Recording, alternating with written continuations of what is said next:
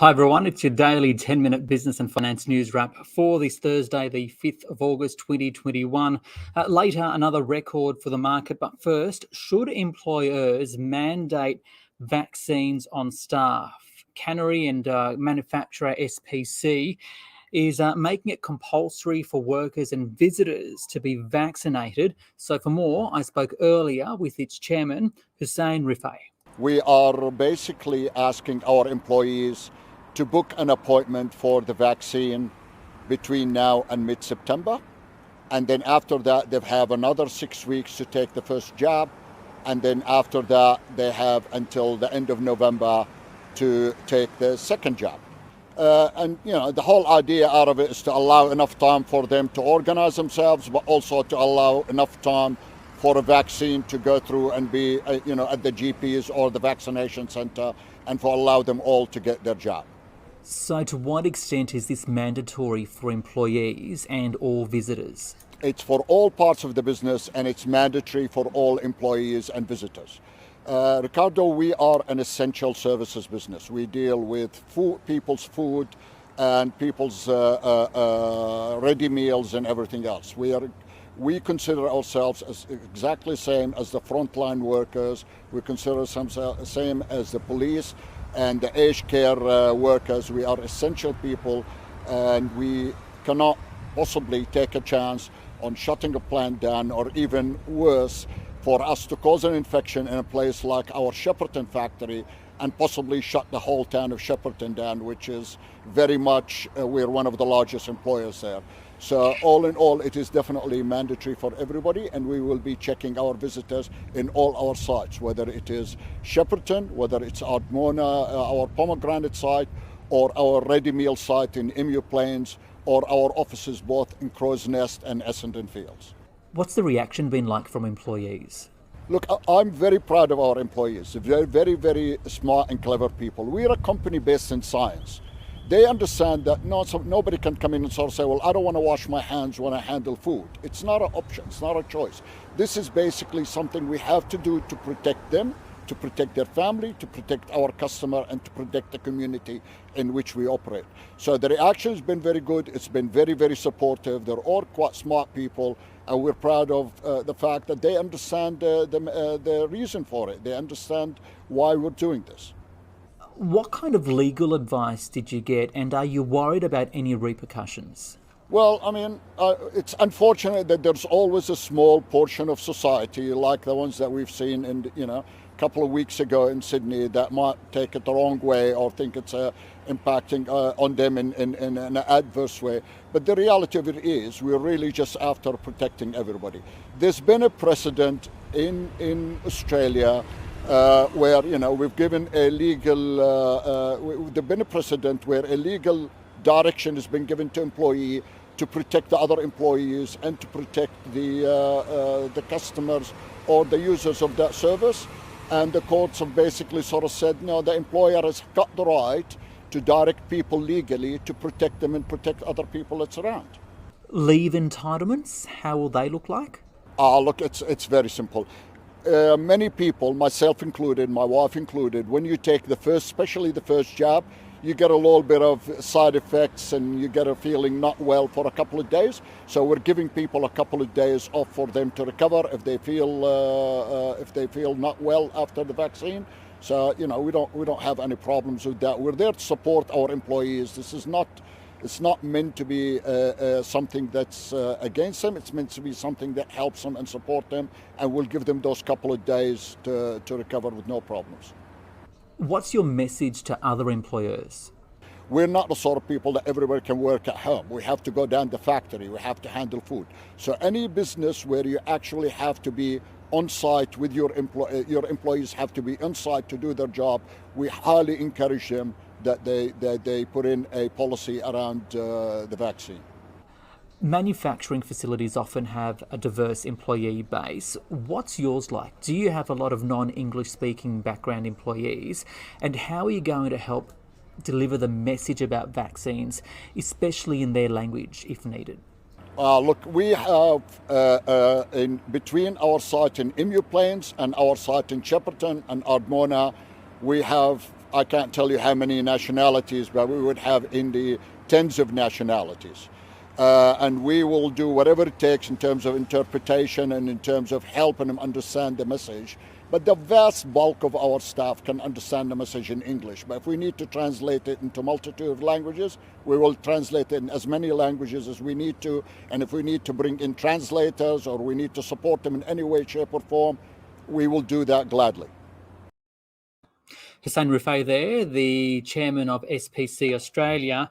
But is this a sentiment being shared by other senior executives? Earlier today, I spoke with the managing director of Nick Scali, the furniture retailer, Anthony Scali. I also spoke about the company's profit numbers, underlying full-year profit of $84.2 million. That's an increase of 100%. He had something to say about vaccines and the impact of lockdowns around the country, considering Victoria's entering a new one. Here he is. I spoke with him earlier. Anthony, you've seen a 100% lift in underlying earnings. Is it economic luck or is it management? It's a bit of both. The COVID, people not being able to travel has inspired, people to spend locally, domestically. They've got extra money and they seem to have been spending. Okay, you've got extra revenue, you've got to manage that well. You've got to be able to deal with that extra revenue, which is significant when you're talking about an uplift of 40% in sales. So I think our team, the whole, did a great job in distribution, particularly where, even though there was a huge escalation in, furniture being sold, we were able to deliver that without incurring really extra costs, demonstrating the real leverage of the business we have in terms of our infrastructure being a fixed cost. Is there anything that you've learned over the past 12 months, whether it be supply chain, maybe something to do with online sales or technology, that COVID has forced you to step up? Yeah, it was certainly on the online. Look, you've seen our online growth.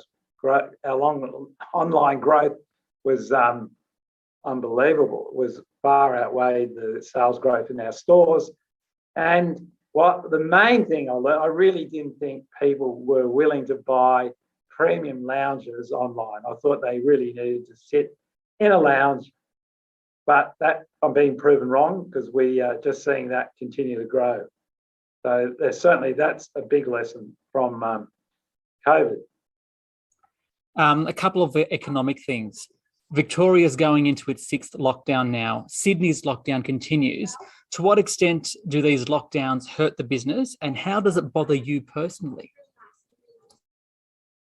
Look, from a business point of view, it's not great at all. Last year, Victoria was locked down for 3 months. Sydney looks like it's going to keep going for quite some time. And what worries me this time is this variant. This Delta variant is highly contagious. I don't know if you can control it. I think if we're aiming to get it to 0, I think that's unrealistic.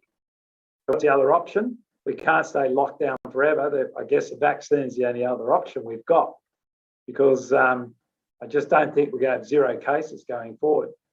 So it's a real issue for the government and business. And speaking of vaccine, today we heard from the chairman of SPC mandating all employees and visitors be vaccinated against COVID. What's your policy? Well, it's not that it's compulsory. Our policies, we're encouraging our employees to get vaccinated, I think is a way to approach that. I'm not sure even legally it's going to be, there may be a legal challenge in respect of that, what SPC did today, because, I think there's smarter ways to try really, really encourage our people to get vaccinated. Anthony Scali there, the Managing Director of Nick Scali. And speaking of legally, a statement from Shine Lawyers today on it, I'll read it. It says, taking a precautionary approach to protecting staff and the supply chain may be a legitimate aim, but the question is whether the policy is necessary and proportionate to the risk. Robust evidence should support the company's position, but of course the risk profile can change rapidly with the new introduction of new coronavirus variants throughout the pandemic. The policy will only be reasonable if it is genuinely straightforward for staff to be vaccinated, with no unreasonable deadlines or penalties. SPC's announcement is encouraging as it includes paid leave to get vaccinated and paid leave to recover from any side effects. And at the end of the day, if an employer wants its workforce to be vaccinated, facilitating that process for staff where possible makes the policy more reasonable and achievable.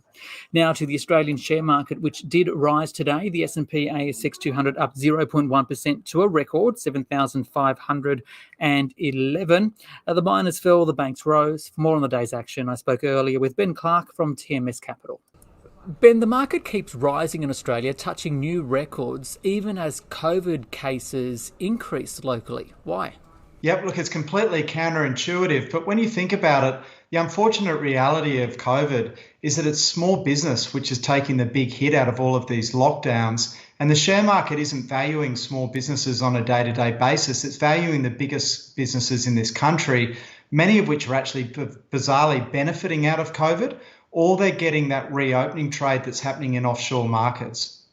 Speaking of those companies benefiting, profit reporting season has begun. One focus is whether those companies that have benefited from the stay-at-home movement last year can see this growth continue into the new year. Yeah, look, it's early days in the reporting season, but the couple of companies that have really benefited from the reopening have reported numbers that were even better than analysts were expecting. Anthony Scali reported today that it's grown its profit 100% in the last year, and that's on sales revenue increase of 44%.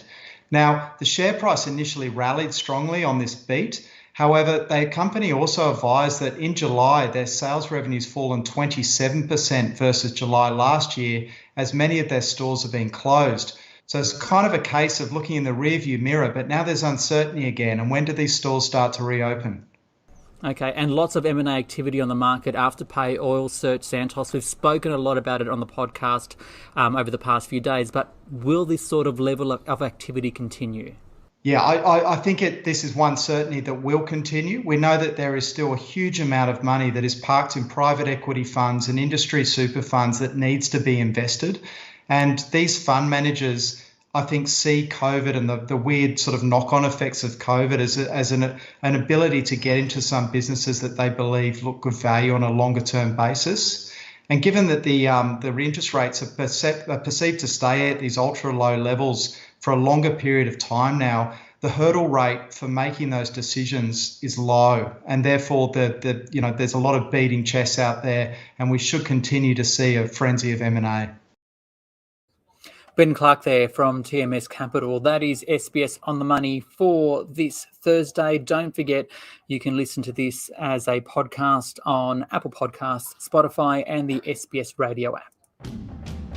This On the Money stream is provided for informational purposes only. The content in this stream should not be understood as constituting advice or a recommendation. It's not personal advice, and it doesn't consider your personal circumstances or objectives. You should contact a licensed professional before making any financial decision.